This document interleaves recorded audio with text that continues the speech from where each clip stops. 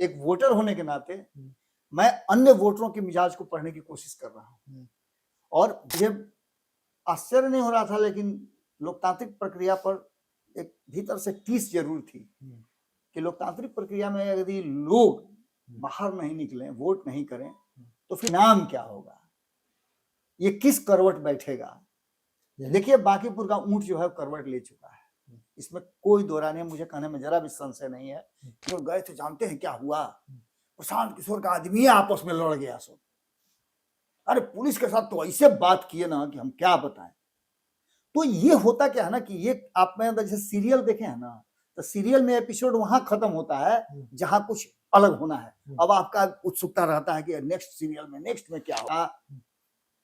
पपीता को लेकर के लोग ऐसे ऐसे मिटाते थे, जिससे हम नहीं, हम लोग वोट दे करके काला स्याही लगता है, इसको मिटाते थे लोग कि दोबारा फिर जाके बैलेट पेपर पर लगाना है स्वास्थ्य का चिन्ह। बैलेट पेपर लूटा जाता था, आपने देखा बक्सा में स्याही डाला जाता था।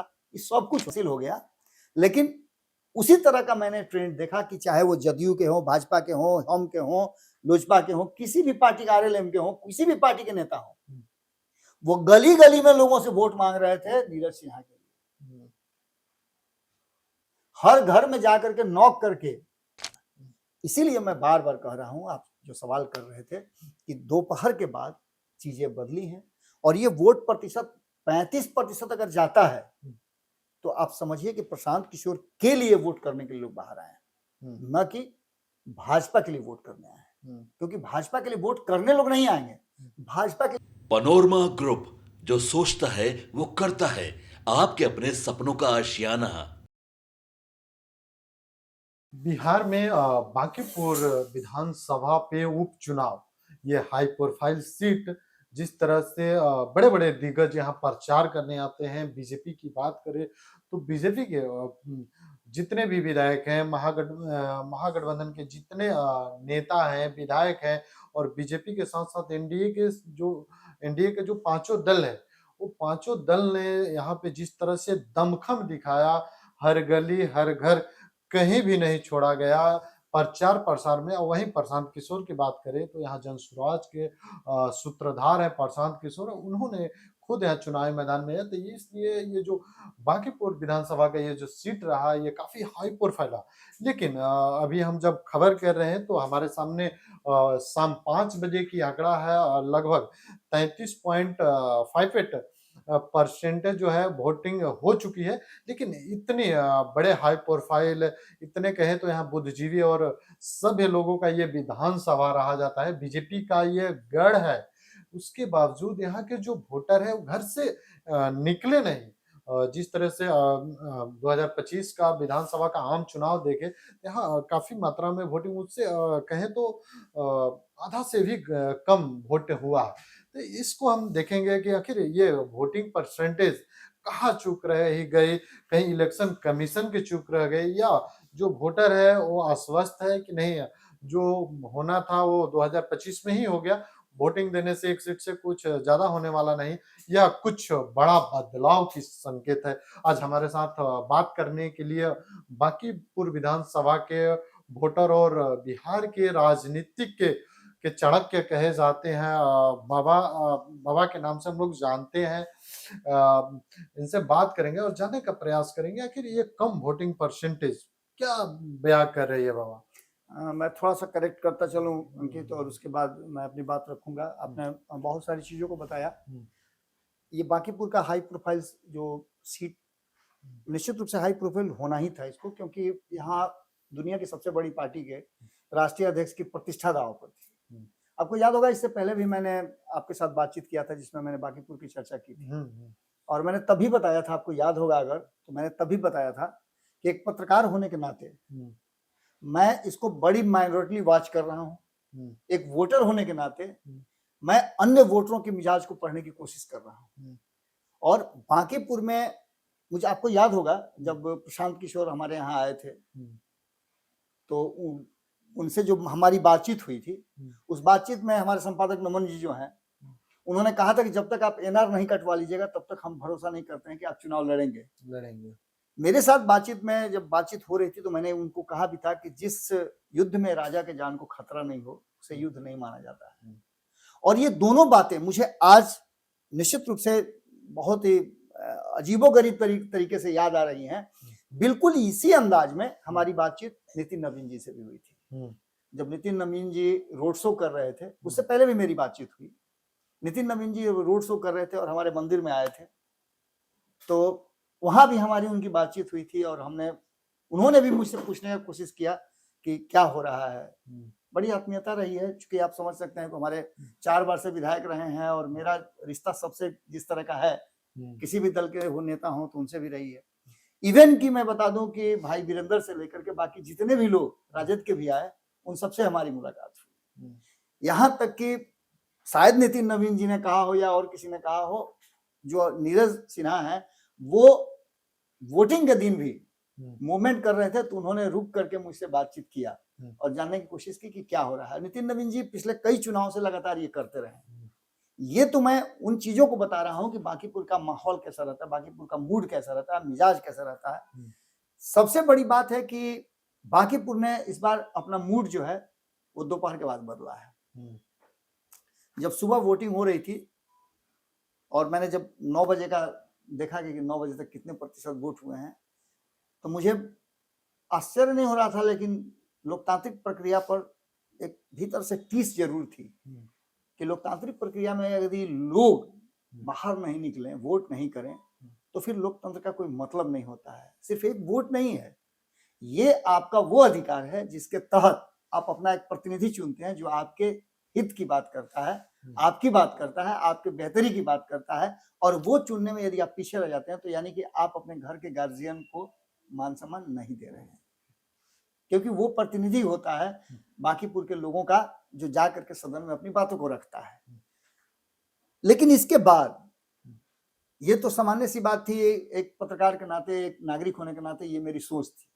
लेकिन चुनाव की बात अगर करें हम, तो अंकित आप लोग पूरे दिन बाहर रहे हैं, आप लोगों से मैं फीडबैक लेता रहा हूँ, कहीं भीड़ नहीं दिखी। पल पल मैं आप लोगों से लेता रहा हूँ। हर आधे घंटे पर 1 घंटे पर मैं बात कर रहा था कि कहाँ हो, क्या हो रहा है, क्या माहौल है।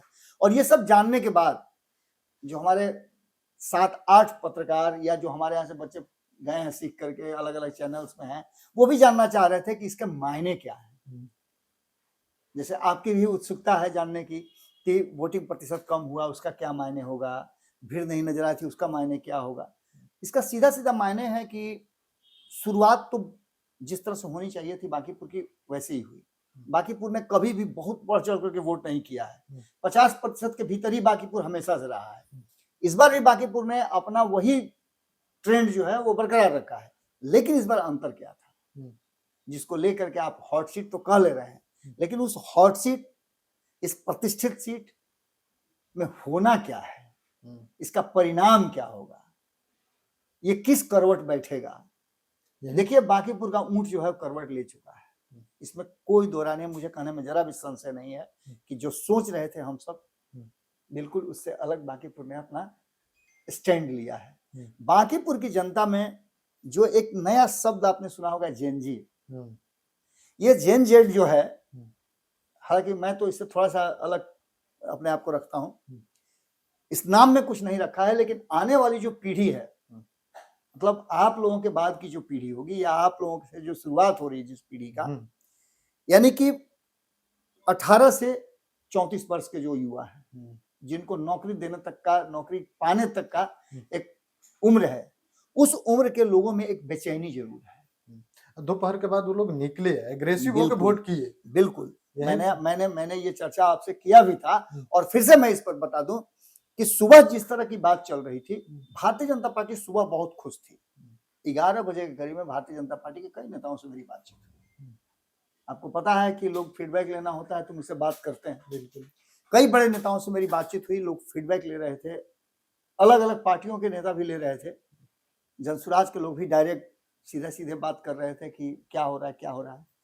लेकिन रात की घटना, जो जनसुराज के कुछ लोगों को पुलिस ने पकड़ा, गिरफ्तार किया, उठा करके ले गई, उसके बाद का जो माहौल बना, एक वो माहौल, उसकी चर्चा 11 बजे से शुरू हुई।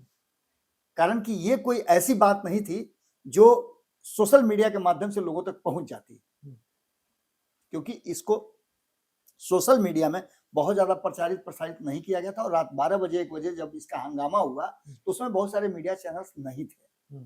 जो कुछ चैनल वहां मौजूद थे या जिन चैनलों को प्रशांत किशोर ने कहा कि हम जा रहे हैं जक्कनपुर थाना, वो चैनल वहां पहुंचे थे। तो इसके माध्यम से जो सोशल मीडिया पे खबरें आई, कुछ पत्रकारों ने अपने फेसबुक वॉल या अन्य सोशल मीडिया प्लेटफॉर्म पे डाला, उसके बाद ये मेन टू मेन ये जो होता है ना, ये बहुत ज्यादा तेजी से फैलता है। सोशल मीडिया तो एक अपनी जगह पर है ही, लेकिन पहले भी कबूतर का जमाना भी हुआ करता था कि चिट्ठी कबूतर के पास साथ जाती थी। तो ये मेन टू मेन जो बात होती है ना, वो ज्यादा असर करती है, क्योंकि उसमें मिर्च मसाला दोनों होता है। सोशल मीडिया पर तो आपने लिख दिया, अरे हाँ प्रशांत किशोर के साथ ये हुआ, उसके आदमी को पकड़ लिया, लेकिन जब आप उसको कहने जाइएगा तो आप अपने हिसाब से, अपनी भाषा में, अपने तरह से उसको विश्लेषण कीजिएगा। अरे प्रशांत किशोर गए थे, जानते हैं क्या हुआ? प्रशांत किशोर का आदमी आपस में लड़ गया सब। अरे पुलिस के साथ तो ऐसे बात किए ना कि हम क्या बताएं। तो ये होता क्या है ना कि ये आप में जैसे सीरियल देखे हैं ना, तो सीरियल में एपिसोड वहां खत्म होता है जहां कुछ अलग होना है। अब आपका उत्सुकता रहता है कि नेक्स्ट सीरियल में नेक्स्ट में क्या होगा। अब जब तक नहीं आता है तब तक आप जो है इंतजार करते उस पर सोचना शुरू करते हैं। सीधा सा बात है कि ये बांकीपुर ने अपना मिजाज बदला। मिजाज तो बहुत बार बदला, हर 24 घंटे के बाद ट्रेंड बदलता था बांकीपुर में। जो 15 दिन चुनाव प्रचार चला उसमें कई ऐसी बातें रस रंग देखने को मिली। कभी भारतीय जनता पार्टी ऊपर, कभी प्रशांत किशोर, और ये जो चल रहा था चूहे बिल्ली का खेल, इस खेल में अचानक से अंतिम 2 दिन के लिए तेजस्वी यादव की एंट्री होती है। भारतीय जनता पार्टी निश्चिंत हो जाती है। अब क्या है, अब तो प्रशांत किशोर का कहानी खत्म। जिस पर फौंक रहे थे, भोजपुरी में ना कहा जाला फौंकल, जिस पर फौंक रहे थे कि यादव तो हमको वोट कर देगा, मुसलमान तो हमको वोट कर देगा, थोड़ा कमजोर हो गई है राजद, तेजस्वी यादव ने आकर के आग में घी डाल दिया, थोड़ा धधक गया। और धधक गया तो भाजपा को जो है फील गुड होने लगा। फील गुड कई बार भारतीय जनता पार्टी को हुआ है। ओवर कॉन्फिडेंस और कॉन्फिडेंस के बीच का जो दूरी है, वो ओवर जो है ना शब्द, ये आपको भीतर से आप खुश हो जाते हैं।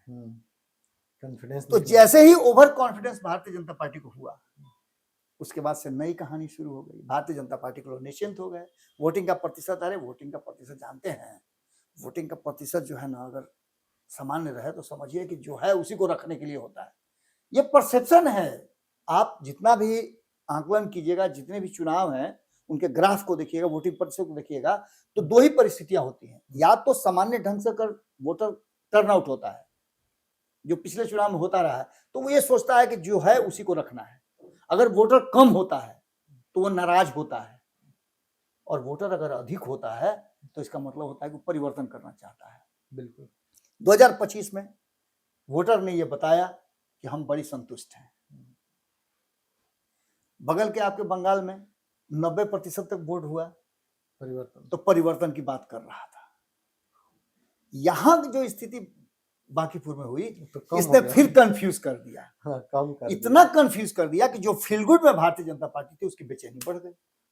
बिल्कुल बढ़िया। और आप देखे होंगे कि 12 बजे के बाद जो माहौल पूरे बांकीपुर में 240-44 जो बूथ हैं, उन बूथों पर आप जाकर के देख लीजिए तो लगभग 50% से ज्यादा ऐसे बूथ हैं जहां आपस में झंझट, झमेला, ठेला ठेली, एक दूसरे को मारने पीटने तक की बात, गाली गलौज तक की बात, पुलिस का पहुंचना, ये सब कुछ हुआ है। और ये 90 के दशक के बाद जब लालू प्रसाद का दौर चलता था, बैलेट पेपर पर चुनाव होता था, पपीता को लेकर के लोग ऐसे ऐसे मिटाते थे, जिसे हम लोग वोट देकर के काला स्याही लगता है, इसको मिटाते थे लोग कि दोबारा फिर जाके बैलेट पेपर पर लगाना है उस स्वास्तिक का चिन्ह।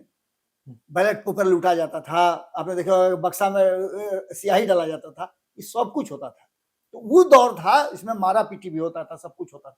लेकिन उसके बाद 2005 के बाद जब चुनाव का रिफॉर्म हुआ, चुनावी प्रणाली बदली, प्रक्रिया बदली, चुनाव को टाइट किया गया, पुलिस प्रशासन को और सख्त किया गया, शुचिता जब आने लगी, लोगों में एक जगह वोटर्स में कि भाई अब क्या करना है। तो वोटर जब जागा ना, तो उसके बाद से चुनाव ट्रेंड बदला और आप देखिएगा कि मारपीट, गोली पिस्तौल कम होता है।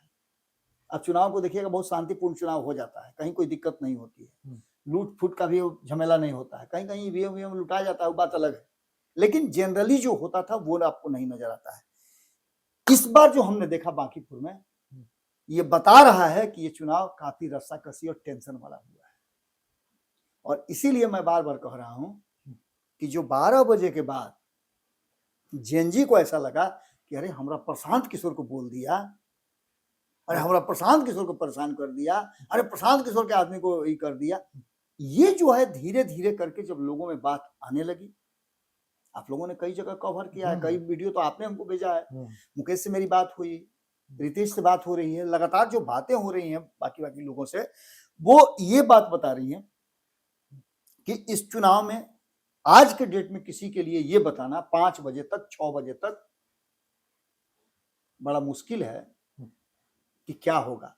24 घंटे का समय चाहिए इस पूरे चुनाव को आराम से बैठ करके, जब आंख बंद करके सोने के लिए जाइएगा तब सोचिएगा, तब आप ये चुनाव का आकलन विश्लेषण बढ़िया से कर सकते हैं। बाबा, प्रशांत किशोर को बीजेपी के सोशल मीडिया हैंडल से परेशान किशोर कहा जा रहा था, लेकिन हमको तो देख के लग रहा है कि कहीं ना कहीं बीजेपी को सच में प्रशांत किशोर परेशान कर दिए।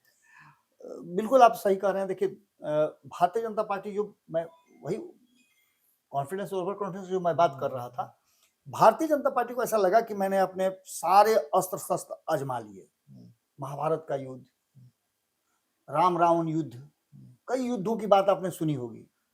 आपने कभी सुना है कि सारे अस्त्र शस्त्र एक ही बार में संधान कर दिया जाता है, एक ही बार में चलाया जाता है? पहले आप AK-47 से लड़िएगा, तब ना तोप के पास जाइएगा, उससे नहीं फरी आएगा। तो यहाँ तो भारतीय जनता पार्टी ने सारा अस्त्र शस्त्र एक बार में उतार दिया, राष्ट्रीय अध्यक्ष से लेकर के एक एक। ऐसा चुनाव मैं पहली बार देख रहा हूं। गुजराल का मैंने कई एपिसोड में कहा है कि IP गुजराल जब प्रधानमंत्री के कैंडिडेट थे और इसी बांकीपुर में आए थे चुनाव लड़ने के लिए पटना से, तो उस समय मैंने देखा था कि जितने भी दिग्गज नेता थे गैर कांग्रेसी, सब आकर के यहाँ चुनाव प्रचार कर रहे थे।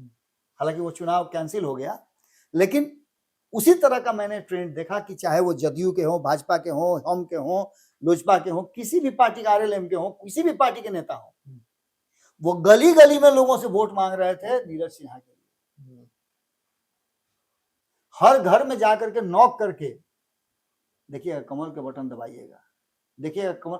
ये स्थिति ये बताती है कि निश्चित रूप से भारतीय जनता पार्टी तब तक डरी हुई थी, लेकिन जैसे तेजस्वी यादव उतरे, मैंने बताया ना, जैसे तेजस्वी यादव उतरे वैसे ही चीजें बदल गई। तेजस्वी यादव के आने के बाद से भारतीय जनता पार्टी को लगा कि अब तो हमारा सबसे मारक जो परमाणु बम है तेजस्वी यादव ही हैं।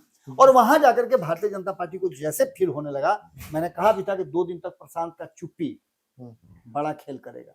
और प्रशांत 2 दिन तक, जब सब लोग पीक आवर में थे, एकदम चुनाव प्रचार कर रहे थे, मार्ग देखिएगा आपकी बड़े बड़े ट्रकों पे सजा हुआ था महफिल, रोड शो हो रहा था, उसमें प्रशांत किशोर आराम कर रहे थे।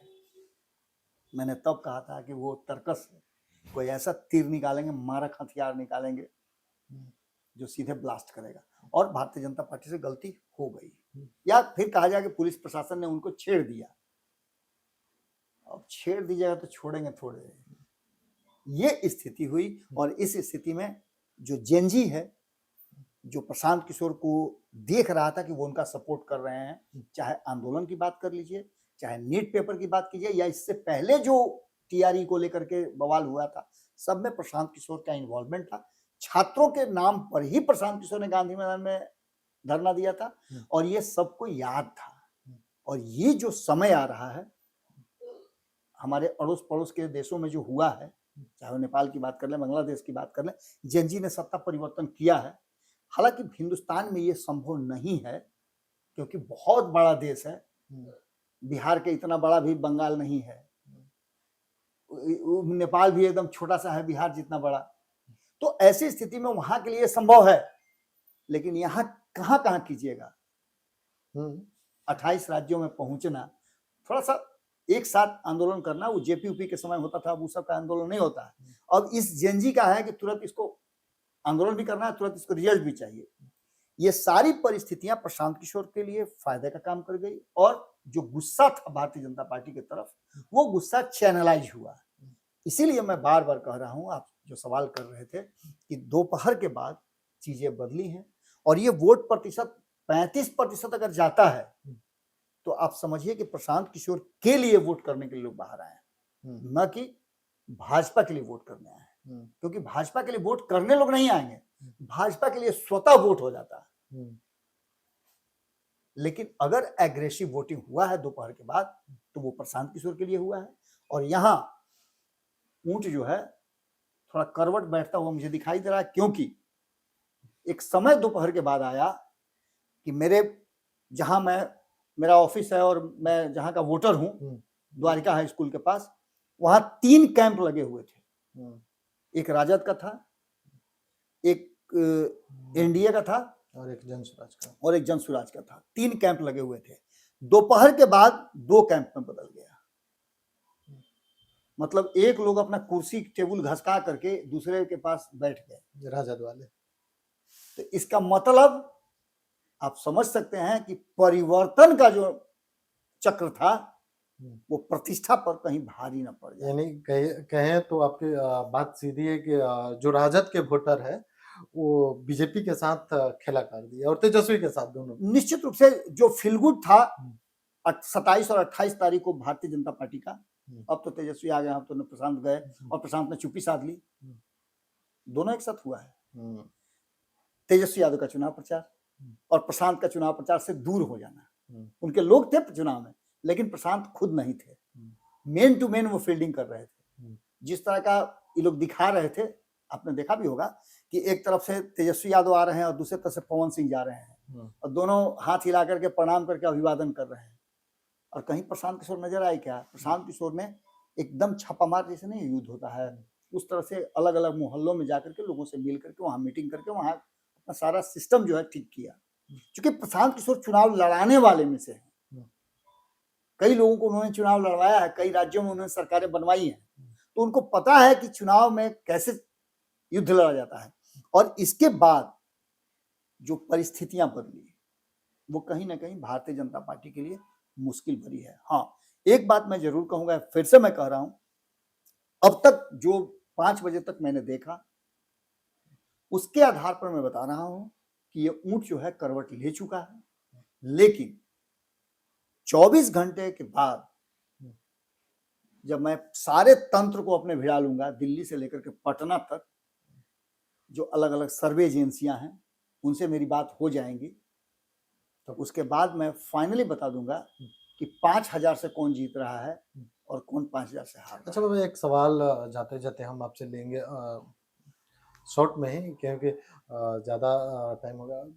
तेजस्वी यादव का अगर वोटर छिटकता है, प्रशांत किशोर की तरफ शिफ्ट हो जाता है, तो हमको लगता है कि बीजेपी के लिए तो कम, तेजस्वी के लिए ज़्यादा मुश्किल होगा कि उनका वोटर जो है एएमवाई समीकरण वो छिटकने लगा। और जिस तरह से हम देखें उनके रोड शो में तेजस्वी यादव के पीछे एक बड़ी हुजूम चलती है, लेकिन यहाँ उस तरह का दिख ही नहीं।